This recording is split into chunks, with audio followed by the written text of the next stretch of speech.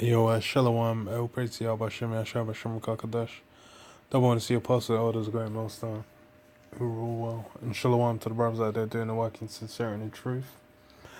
I just found this article and I just thought it's funny because it kind of highlights, just the complete, absolute mountain of bullshit that Esau's kingdom's built over, man. And, is a big portion of why it's gonna get absolutely nuked off the face of the planet Earth, man. I'll say it's on the New York Post. Titles: Goldman Sachs seedy underbelly exposed in shocking tapes. This is fresh data has followed at Goldman Sachs, and this time it's been caught on tape. David Solomon, who took the helm of the Wall Street giant from Lloyd Blankfein last week, once blew off criticism of Goldman's double dealing in the big energy merger as a matter of perception, a cheeky dismissal that came despite a class action lawsuit against the deal that eventually cost Goldman $20 million in fees. That among the cringeworthy quotes that Carmen Segarra claims she secretly recorded behind closed doors for the new book. Says the 340-page expose expands on our previous claims that Goldman Sachs has long exploited an improperly cozy relationship with Wall Street regulators. And that's basically showing you that these so-called Jews, these guys that are running this place, not some motherfucking reptilians. These so-called Jews are the ones that are basically these guys look after each other, man, and everything. It's all an inside job, man. They're all looking after each other, and they're all basically doing the bidding of the elites, man. Because when you get into these secret societies, a big part of it is these guys fucking look after each other, man. These guys will basically do deals, prefer their their brethren, their fellow men over, these other motherfuckers. And obviously they have judges, police chiefs, lawyers, accountants, all these different, magnitudes all coming together, basically working and and taking calls. They're taking calls from the from their heads, which are these, the wicked elite, man, the so-called banking elite. So it's it's all this that you see going on. All these, you see the stock market, it jumps, it falls. That's all manipulated. The housing market, the fucking prices plummet, prices skyrocket. This is all because the elite are manipulating and controlling these things, man. And that's why, even the wars, this is what all wars are bankers' wars. These, all these different things. The banking elite are basically controlling it. It's funny because she's trying to expose, like, just Goldman Sachs. But that's, like, that's a bit player, really.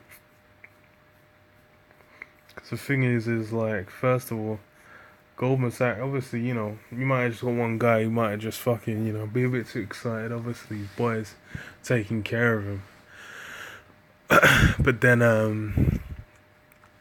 the flip side is that, is okay, they're exposing this. But then, there's what about the banking elite, the Rothschilds, the Rockefellers, DuPonts, the Gettys, them top families, and them guys getting exposed. They've been exposed differently, but they, you ain't gonna see that in the fucking, the local news, the New York Times.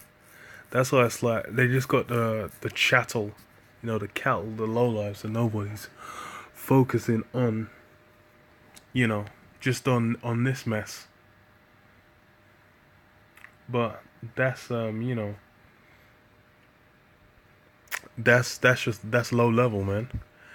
Says Segarra was a former bank examiner who looked into Goldman Sachs for the Federal Reserve Bank of New York and claimed she got fired in 2012 after making too much noise about Goldman's alleged conflicts. The New York Fed has often been blasted for its lackadaisical approach to overseeing banks leading up to the 2008 financial crisis. That's because they're basically all doing the work of the elite, man. The elite are basically just they give the orders. These guys follow. They ain't gonna, if a guy's doing, okay, the elites want, okay, we're gonna have this deal go down. We're gonna have, okay, you're gonna manipulate this. You're gonna do this. So when we make this play happen on the market, then it you know, it makes sense. It's, you know, these guys are thinking basically in that fashion. So that's why it's like the 2008 financial crisis, definitely them, man. The credit crunch, all that, man, getting fucked over. The housing, you know, all them houses getting repossessed. That's all what do you call it? Basically all set up by the elite, man. But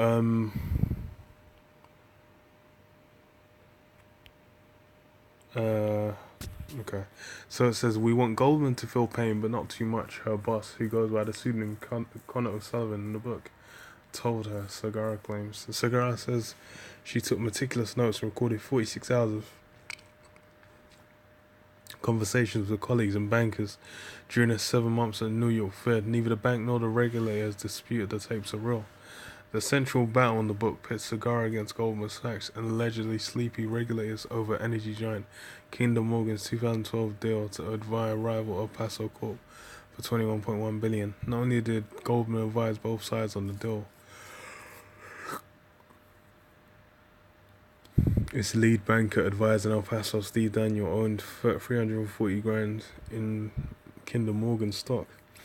None of that mattered to Solomon, who was Goldman's co-head of investment banking at the time, according to Segura. But that, you know, we're going to get into it a bit more. It shouldn't look too bad. But, some spec. Funny as hell. But, you know, the thing is that basically Esau's, you know, this entire society is basically built up unrighteousness, you know, especially the whole banking system. It's built off wickedness and unrighteousness, man. That you know, the banking system ain't righteous. Esau's, that monetary aspect is a big part of how the so-called white man, you know, maintains control. That monetary, it's one of, you know, one of the unclean frogs is what London is a financial capital, man. That monetary system being, you know, that's one of the big aspects, that making people slaves to debt. That's the new form of slavery, man. And it's basically a forerunner for the RFID, because the RFID is another big part of Esau's plans. So he needs that money under control. He needs to be able to crash the economy and basically push it in the direction of, you know, the RFID when needs be, man. Really, it's the spirit of Yahweh Hashem Yahushua setting these things up. But, you know, Esau's the one that's being used. Esau's a tool. He's a wicked piece of shit that's basically being used, man, to make these things happen. So, yeah, that's, you know, I just wanted to, you know, it's an interesting little article. I just wanted to use that as a highlight, and then just the scripture, because it pretty much sums up, you know, what that piece of shit, that white devil Esau, is all about. So John 10:10, it says, the thief cometh not, but for to steal and to kill and to destroy. And how you think about, how did Esau get his wealth? This guy went over killing and stealing, man, all over the earth. The West Coast, chiefly, you know, Jake got stolen. The gold and the goods of Jake got stolen. They got sent over to America and they got put in hardcore bondage and basically made to build out that place. So yeah, to steal, to kill, to destroy. That's all this so-called white man's about. That's how he, you know, he maintains his rule, man. That sword, that blessing of the less sword. And it says, what, I am come that they might have life and they might have it more abundantly. Straight. So that's what Yahweh Shah is about. That life, they might have it. Because, well, we ain't even got, what kind of life are we even living out here? Living on some super low level, man. Ain't doing shit, you know. Ain't able to, you know, ain't even able to build up families. Ain't even able to build up, you know, any kind of root, because this place ain't our rest. So they ain't got no life out here. That's for the kingdom. That comes later, man. The time, you know, once we're in the kingdom, that's when we're able to establish and build ourselves up, man. But for now, we're building up them spiritual treasures. We're building up, you know, we're building up the kingdom of heaven within ourselves. So, you know, I just wanted to, you know, just highlight Esau. You know, Esau is just a devil. that the Bible speaks of. You know, all he's just that filthy thief, and all that he's gained through unrighteousness, and that's to this day, because it's recorded in history that, you know, slave trade now it's like, oh, you know, bankers, oh, blah blah blah, you know, oh, just mistakes, blah.